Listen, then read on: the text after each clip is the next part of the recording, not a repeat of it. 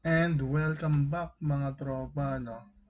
And last time sa ating episode 1 is natutunan natin kung ano yung mga kailangan tools or kailangan i-download para makapag-start, no? Na aralin tong web app making or web development. And natuto tayo ng mga iba't ibang elements. Ito, nakalagay sa screen. Uh, like H1, paragraph, div tag. Tapos nagpahapyaw din tayo or mag konting ano tayo sa parent-child relationship ng mga elements like netong head, no. Yung head is isang parent and yung children niya ay yung meta tsaka yung title tag, no? And before tayo tawag dito, mag-proceed sa ating ibang elements, gusto ko lang isingit yung siguro okay ito na idea, no, na magkaroon tayo ng idea tungkol sa iba't ibang types or iba't ibang klase ng HTML elements or mga tags, no. I-ano muna natin sila, i-comment out ko muna to. Yan. Tapos baguhin natin to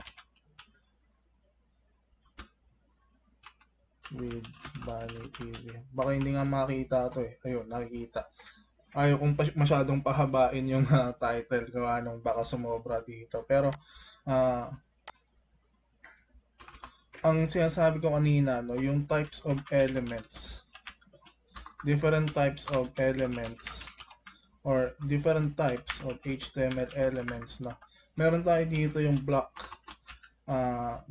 level ata, block level element. Tapos meron tayo yung inline, no? Inline element naman. So, ang pinagkaiba nito, no? Kung mapapansin nyo, last time meron tayong div, no? Ibalik ko to si div. Pagpasensya nyo na kino-comment out ko lang. Yan. So, eto si div, isa siyang block level element, no. Gawa nung ang div ay sinasakop niya isang block agad, no. Para makita natin kung ano yung ibig sabihin ng block na yon, no, BLOCK.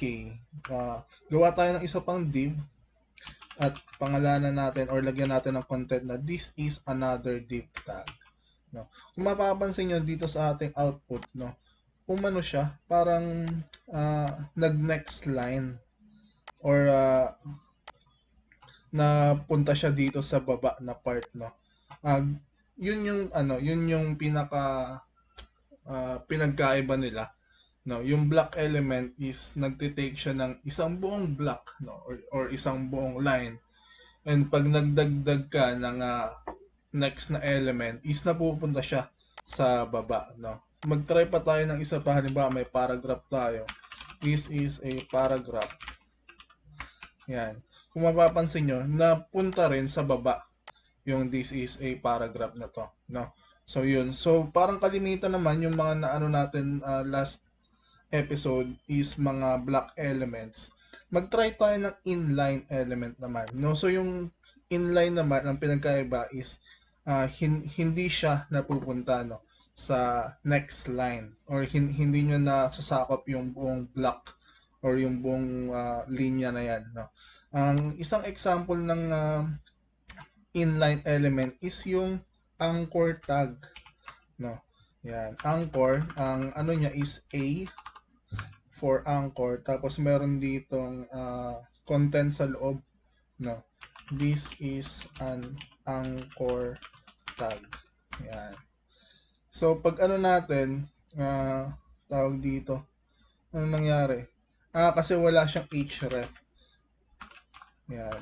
Punta lang natin dyan. No, so kung mapapansin nyo, yung anchor tag pala, kailangan meron siyang href or link, no, para makita nyo kung ano talaga yung itsura niya, no. So yung anchor tag pala is isang link, no, na pwede nating lagyan kung saan siya mapupunta. Ipakita natin, gumawa ulit tayo ng isa pang anchor tag. This is another anchor tag. No, kung sa mapapansin nyo, yung mga anchor tags na to, pag dikit-dikit natin sila or pinagsunod-sunod, napupunta lang siya dito sa right side ng isang anchor tag. Unlike nung eto, yung sinundan niya na paragraph, di ba? Since yung paragraph, nag-take siya ng isang block, no, hanggang doon sa pinakadulo yung na-take niya. Kaya yung unang href ay yung unang anchor natin, napunta siya next line. Pero since si anchor natin is inline element na lang, yung sumunod na anchor dito, napunta na dito sa right side niya. No? That takes us to our next element, anchor tag. No? Wala nang intro, anchor tag na ulit. Okay, anchor tag na agad. No? Ang best case nito ay best use case, I mean, ni anchor tag is para makapunta ka sa iba't ibang mga pages or iba't ibang websites, no? So paano ba to gagana, no? Imbis na this is an anchor tag, yung ilalagay, burahin ko muna to mga tropa, no? Imbis na this is an anchor tag, ang ilalagay natin, gawin natin link to Google. Yan. Tapos yung isa naman link to YT. Link to YouTube. Oh, 'di ba? So meron tayong dalawang link dito, no? So pag i-click natin, walang nangyayari. Gawa nung yung href kasi na attribute, kung hindi ako nagkakamali, attribute yung tawag dito, no? I-discuss din natin yan maya-maya, no? Attribute yung tawag dito sa href. Yan yung pinaka-syntax ng attribute, mga tropa, no? Meron tayo dito ilalagay sa left side na key, no? Key tapos equals value. Parang ganyan. So yung key natin this time would be this href. Tapos i-equals natin kung ano man yung value, no? Ipapaloob din natin siya dito sa anong tawag dito? Sa ano na to, yung dalawang quotation ata to, yung dalawang apostrophe na yan. Yan. Diyan natin ilalagay yung link. Halimbawa, www.google.com. Yan, ganyan siya. Tapos yung isang link na href natin, yung link natin sa youtube.com. Yan, ganyan siya. Save natin, tapos click natin ulit. Alright, napunta siya. Pero ang sabi, cannot get www.google.com. Gawa nung naka-ano tayo, tawag dito, live server, no? So i-try natin siya without using the live server naman. I-stop natin yung live server. Stop natin to. Okay. Close natin. Open natin to. Ito siya, sorry. Ito siya, si index. Open with Google Chrome. Okay. Yan. Pipilitin kong walang cut yung ating recording para makita nyo na rin yung totoong nangyayari, no? Pag nagtatrabaho. Kasi hindi naman perfect yung lahat ng ano natin ng nagagawa. Nagkakaroon tayo ng mga konting errors like this, no? Napapansin nyo. And kung paano siya magagawa ng solution or ng paraan or ano yung iisipin mo next step, ganyan. So going back, meron tayong dalawang link dito, dalawang anchor tag dito na nilink natin sa dalawang websites. Then i-refresh natin to make sure, no? Yan, na-updated siya. Then click natin yung Google, napunta siya dito. Your file couldn't be accessed, no? Try, may mali pa rin. So ang next step ko dito nakikita is dapat lalagyan na natin ng HTTPS. Yan, tapos // yan. Ito yung next kong naisip na mali, no? Then i-save natin. Tapos click ulit natin, gumana ka na. Ayaw pa rin, no? So this is madness kung bakit ayaw niya pa rin gumana, no? Pero usually dapat gagana na to. Gumana yung youtube.com. Gumana yung youtube.com, tropa, pero yung google.com hindi, no? Ayan, gumana na rin. So, kailangan lang pala ng HTTPS, no? Muntik na akong sumuko. Muntik ko na i-cut yung ano natin na recording. Pero gumana siya kung mapapansin nyo, no? Na-link na tayo sa dalawang website na nakalagay. Ngayon, since naglagay tayo ng HTTPS, what if okay lang pala kahit naka-live server, no? Basta may HTTPS. So, i-close natin tong normal natin. Then, open natin with live server. Tapos, yan. Subukan natin ngayon yung link. Ayun. So, pwede siya mga tropa, no? Ngayon lang din ako natuto. Ngayon ko lang siya nalaman na pwede pala kahit naka-live server. Tapos i-click, lagyan mo lang siya ng https//. Kasi kanina nakalagay lang ganito lang eh. www lang, di ba? So, ang nangyari, nag-error siya, cannot get daw, sabi. So, ang diskarte mga tropa para sa links natin, https. Tapos, //. Yan. So, yung next naman natin, ang bilis ng pangyari, next agad. Yan. Para ganyan, gumawa ng link mga tropa. Maraming use cases etong anchor tag na to sa paglilink-link natin. Napaka-useful niya, kumbaga, sa isang web page or web app. No? Marami kayo dyan pwedeng ilagay. No? Yung next attribute, lagyan natin attribute. Gawa nung kanina, napansin nyo, nung pag-click ko is na ano siya, tawag dito, napupunta siya doon mismo. Pero, parang hindi natin gusto na nawawala dito yung web app natin, no? Kasi napupunta siya sa ibang link eh. So, ang isang ano doon is, what if yung ano siya, nag-new tab, parang ganyan, napupunta siya sa new tab. Pwede yun. Dadagdagan lang natin ng attribute yung anchor tag. No, so, kanina na meron na siyang unang attribute na href. Diba? Ganyan maglagay ng attribute sa loob ng A. Yan. Tapos susundan lang natin, space ka lang dito. Tapos lagay mo, ang key niya is target. Tapos equals, yung value niya is _blank. Yan, ganyan siya. No, so, yan yung isa pang attribute na meron yung anchor tag. Malalaman natin or i-discuss ko mamaya yung mga attributes ng elements. Hindi lahat ng elements ay pare-pares ng attributes, no? Pero meron silang mga attributes na pwede sa lahat. Malalaman natin yan. Eto, ilalagay lang natin attribute ng target equals _blank. Tapos i-save natin. Click natin si Google. Siya kasi yung may target na attribute, di ba? So, anong nangyari? Napunta siya sa bagong tab, no? Unlike dito kay ano natin, yung pangalawang link natin na YouTube, pag i-click natin, napupunta siya agad doon. Hindi siya nag-open ng isang tab, no? Unlike yung isang ano natin. Yun lang yung mga good to know attributes ng anchor tag naman natin, no? So, ibalik natin tong ibang mga elements natin. So, as you can see, meron akong ginagawa dito. Parang nawawala siya, nagkukulay gray. Ang tawag dyan is ginagawa mo siyang commenting, no? Ang ibig sabihin lang pag naka-gray siya, comment siya, and then yung mga comments is ginagamit sa programming para lagyan mo ng comment or lagyan mo ng some words of wisdom yung part ng tawag dito, part ng codes mo. O, pwedeng ganito ang these are links to different sites. Yan. Pwedeng ganyan para pag binalikan mo yung code mo after ilang months or ilang weeks is alam mo kung para saan yung code na yun na nakalagay. Useful siya, pero I'm guilty sa pagko-comment ng codes dahil hindi ko siya talaga nagagawa ng 100%, no.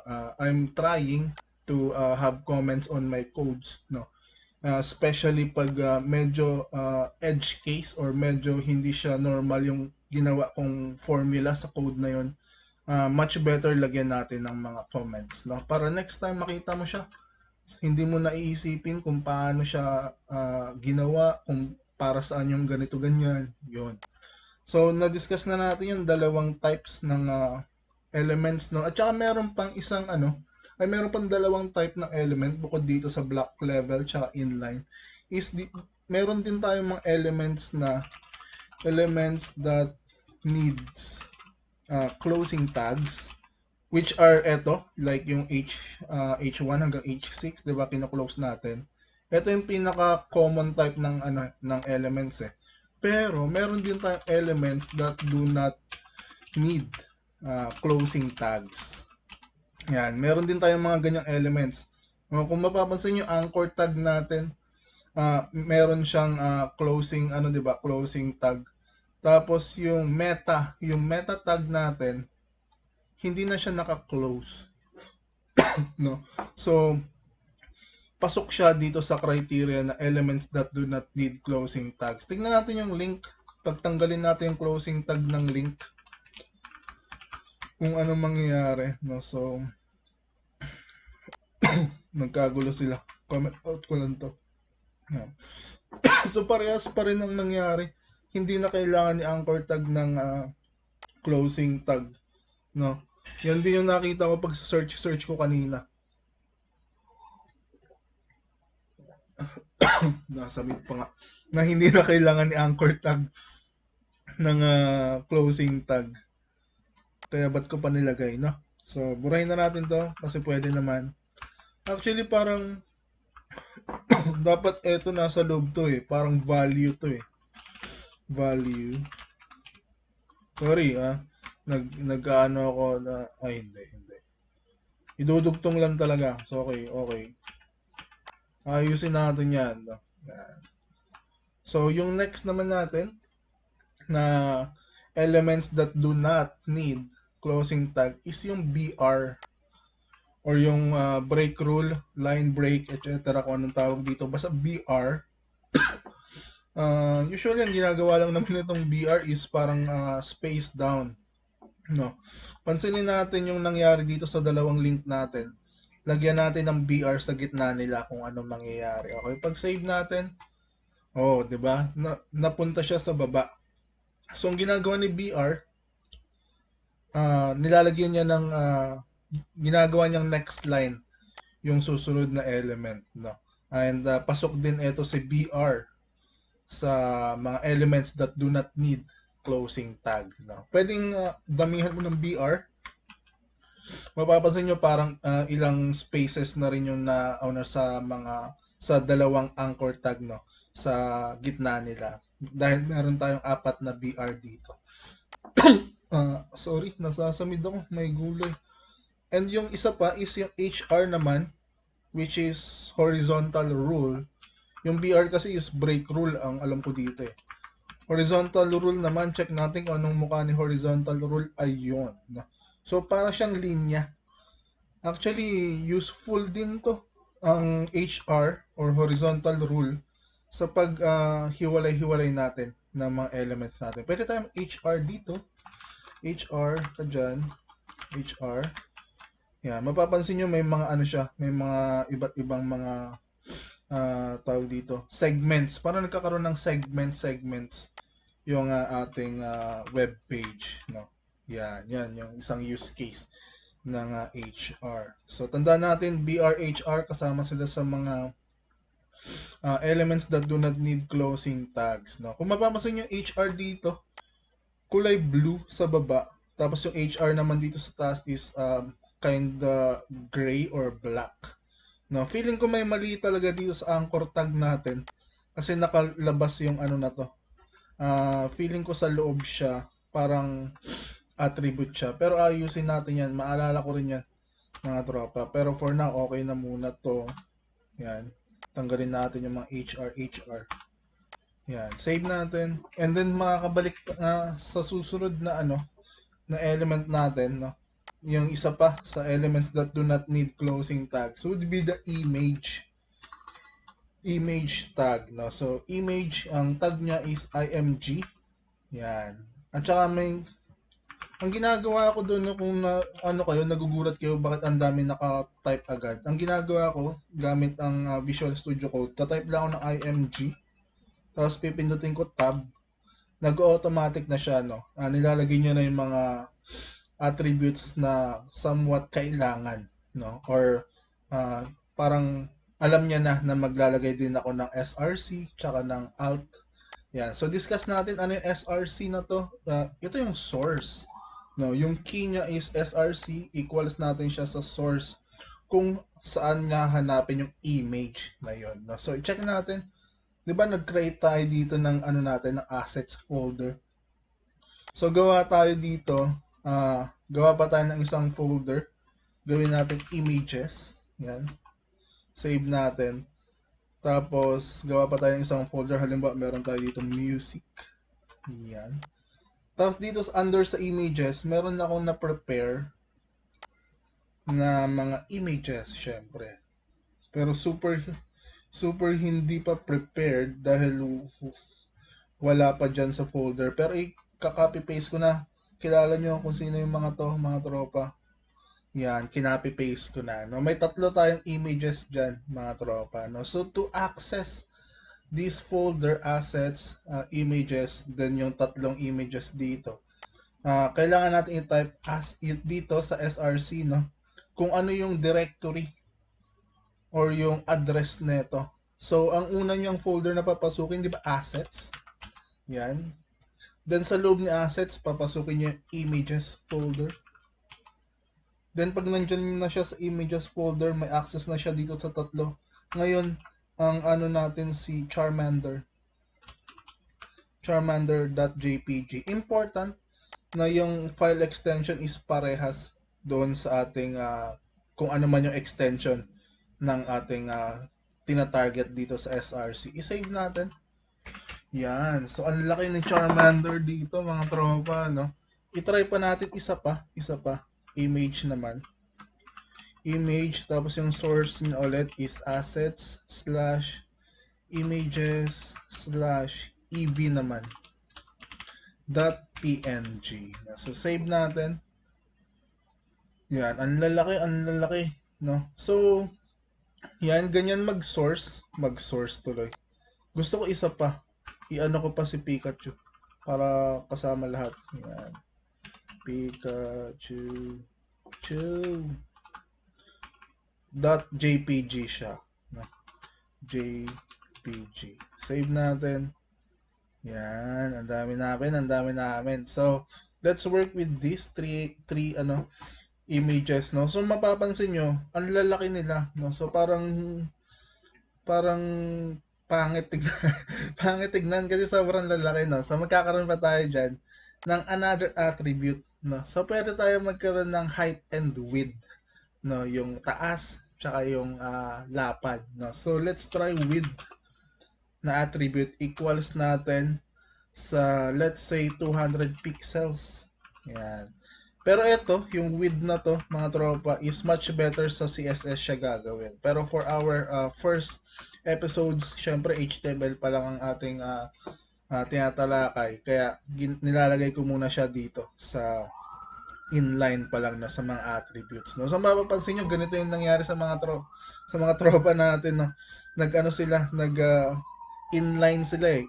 Pareha silang inline yung anchor tag tsaka image tag. Pareha silang inline element. Kaya nagganyan-ganyan siya. Kung gusto natin, pwede natin silang gawan ng BR. Yan. Para mapunta siya sa baba. Tapos i-BR natin to. Tapos i-BR natin ulit to. Yun. Para mapunta sila sa baba. And parang gusto ko muna i-comment out itong mga H tags. Yan. And yung paragraph tag. Yan. No? And yung hello world na yan, tanggalin na natin yan. Yan. Kita na natin silang tatlo dyan, mga tropa. And parang gusto kong bawasan ng size nila, ng width. Pwede mo itong i-adjust. Depende sa gusto mong sukat. No? Yan. Para kita siya sa isang page. Yun talaga yung gusto ko. Then yung next na attribute ng image natin, na kanina pa nandito, is yung alt, no? Or yung alternate, anong sabi niya? Alternative text, no? So, what if daw hindi niya mahanap yung image or nagkamali ka ng extension, naging PNG ito, which is wala.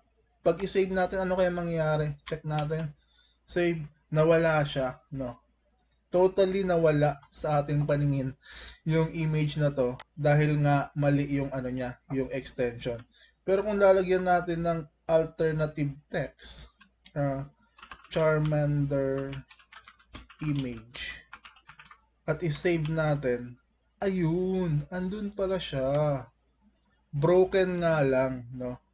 Broken nga lang yung ano na yan, yung broken image or hindi siya mahanap, no? Kaya malalaman natin na meron dyan. Yung alternative text na to is para makita natin whichever man magkaroon ng errors or hindi natin inaasahang mga pangyayari like nawala ng internet is alam natin na meron pa dyang image, no? Balik na natin JPG. Yan. So lagyan na lang natin to lahat ng alt. EV image. Tapos ito naman si Pikachu image. Yan. Save natin. Then, tapos na tayo dyan sa ating mga inline elements, block elements, elements that needs closing tags, and the elements that do not need closing tags naman. No? So, diretso tayo sa susunod nating mga elements dito sa part naman ng parent-child relationship natin. No? Kasi may mga elements, yan. Susunod na natin agad mga tropa, di-discuss natin yung iba't ibang mga elements na yan. May mga elements na parang combo-combo yung kanilang pagiging parent-child relationship. No? So, unahin na natin yung UL, and yung OL. No? Ang UL stands for unordered list. And yung OL naman is, syempre, counterpart ng unordered would be the ordered list naman. Yan. So, ano bang, dito? Ang parent dito yung UL, no? So, ano ba yung nila? Yung mga anak nila? Syempre, yung list or yung LI, which stands for list item. Okay. No? So, copy lang tayo ng 3 piraso. Same sila ng anak, si OL tsaka si UL. Ang mga anak nila is puro mga LI. Yan. Yan yung pinaka syntax na itong dalawang list na to. No, so let's try naman. Halimbawa, Charmander, Eevee, and Pikachu. Yan, try natin silang tatlo ilagay dito. No? And i-comment out ko lang sila para hindi sila masyadong magulo dyan. No? So yan, nakita nyo. Nagkaroon tayo dito ngayon ng unordered list which is Charmander, Eevee, and Pikachu. No? So yan yung tatlong LI na to. Yung nakikita nyo dito may tuldok. Bakit mayroong 1, 2, 3 dito sa baba? Yun, i-copy paste naman natin itong mga LI papunta dito sa ordered list naman, no? So, ibig sabihin, pag unordered list, wala siyang number, no? Walang order, no? Nilagyan niya lang ng parang tuldok, palatandaan na meron tayong listahan ng mga iba't ibang contents or etong mga LI na list item. Pag OL naman yung ginamit natin, meron siyang automatic na numbering system, mga tropa, no? Hindi na tayo papahirapan, halimbawa, maglagay pa tayo ng 1 dito. 1, tapos dito 2, di ba? Hindi na tayo pinahirapan, no? So, meron na tayong built-in kung gusto natin na ng number, maglagay ng number or hindi. Kasi halimbawa, sobrang dami ng LI mo. Hirap naman yan, mga tropa, di ba? O, hanggang 15 siya, o, di ba? Para pampadali. Good to know na meron tayong dalawang klase ng list na yung unordered list tsaka ordered list. Meron din ako mga use cases na ganito. Iniisip ko kung saan, parang wala. meron. Pero parang edge cases lang or hindi masyadong ko nagagamit personally. Gawa nung nakwento nga sa inyo na ang sa company namin is more on kami inputs, no? Inputs, save, and computations, etc. Ganon, no? So, bihira kami sa display ng ganito. Ang display namin kasi, mga table, no? Which i-discuss na natin ngayon, no? Yung table, ang isa pang uri or yung isa pang elements na medyo related dito sa parent-child relationship would be the table table element. No? Ano bang syntax ng table element? Ganito. Table siya. Okay, may open and close table.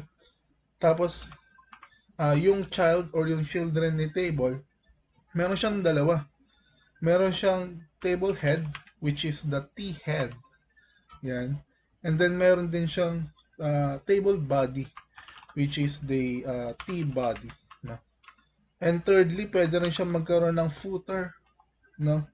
T foot naman para sa footer. No? So meron siya agad tatlong anak si table element natin. No? And syempre, hindi pa dyan natatapos mga tropa. Si T-head, meron din siyang anak, which is si TR, which stands for table row. No?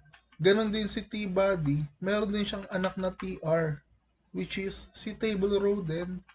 And si T-foot, ganon din. No? Parang mga ano na sila, mga apo. Mga apo-apo na sila ni table. No? And then, after that, si TR, may anak pa ulit. Medyo complicated. Medyo complicated yung family tree. Napakadaming mga anakis, apo-apo. Which is si TD, no? Which stands for table data. Ito na yung pinaka-last na ano nila. I guess, kung meron pa ba dito, wala na eh. Ito na, as far as I'm concerned, ito na yung pinaka-last na anak nila, si TD. No? So, lagyan natin ng TD dito. Yan, TD. And dito na natin ilalagay yung content natin, no? Sa loob ng TD. Pag watak-watak ko lang sila, alright. Yan yung pinaka-syntax ng table natin.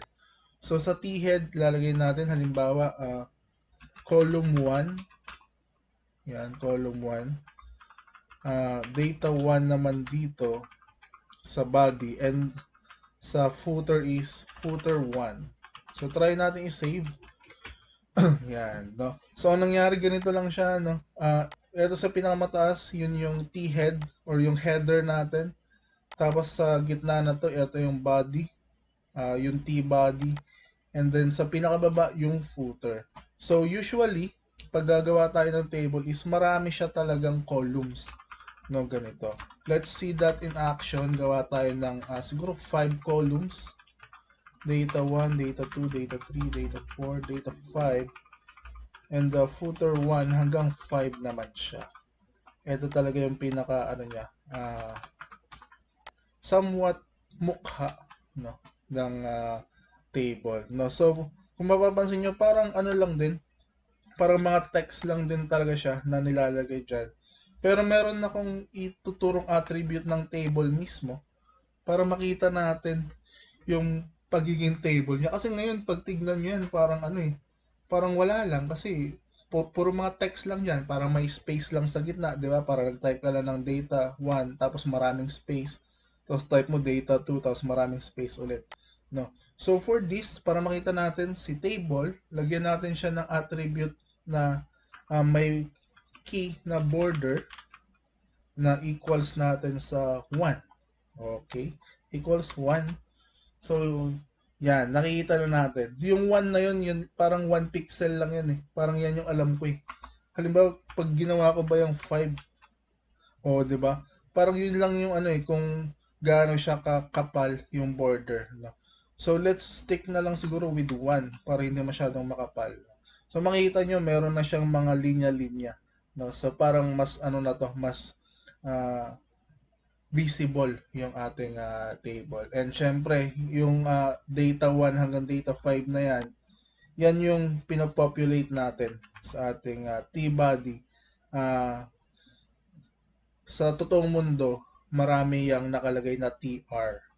No? Si T-body is maraming anak na TR, na table row. Marami talaga siyang row dyan. No? Yan yung pinaka nangyari sa ano namin, sa data. No? So parang bigyan natin ng konting glimpse para hindi masyadong ano, ba't kasi column-column. Halimbawa, ito name. Ito naman is class. Ito naman is level. Ito naman is HP. And ito is SP. Yan. Tapos halimbawa, yung una naman si Kandule. And then, yung class ni Kandule is Swordsman. Tapos, yung level niya is 24. HP niya is 512, and yung MP niya is 92. Yan, parang ganyan talaga yung yung nakikita natin, no, sa production, no? Parang ganyan. And syempre, mas madali itong i-populate yung T-body or yung table natin gamit ang JavaScript, no? And backend natin from PHP or other backends natin, Node.js, etc. Pero syempre, di-discuss natin yan further or in the future, I mean, mga tropa, no? So, siguro hanggang dito muna, isa-sum up ko muna yung ating natutunan for the night. Natutunan natin, no, syempre, yung mga iba't ibang types ng elements, ng block level elements, inline elements, elements that needs closing tags, elements that do not need closing tags, no? Pwedeng-pwede nyo naman siya i-search online. And pag nagkamali naman kayo ng kung halimbawa ano siya, kailangan niya ng closing tag tapos hindi niyo nalagyan, hindi pa naman katapusan ng mundo pag nagkamali kayo diyan. Pwedeng-pwede nating itama. Which is yun naman ang pinaka pag nag-aaral, no, ng programming is makita natin kung saan tayo nagkamali, kung saan tayo nagkamali. Oh my god. And may tama, mga tropa. Next natin natutunan, syempre, image tags.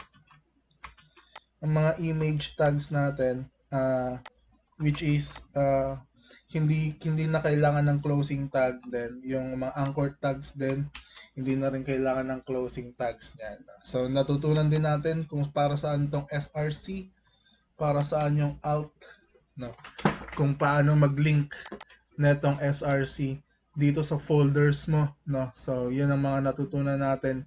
Paano maglagay ng href, kailangan natin ng HTTPS. Nakita natin, nagkamali tayo kanina. Pero naitama natin ng konti. Pero feeling ko may konting mali pa ako dito, mga tropa. Babalikan ko kayo sa susunod na episode, no. Feeling ko may mali talaga dito sa ginawa ko to eh. Ayan, no, yung link na to, link to something. Feeling ko sa loob siya dapat, no. And then, syempre, natutunan din natin yung mga unordered tsaka ordered list, no, na useful siya on listing some data, no.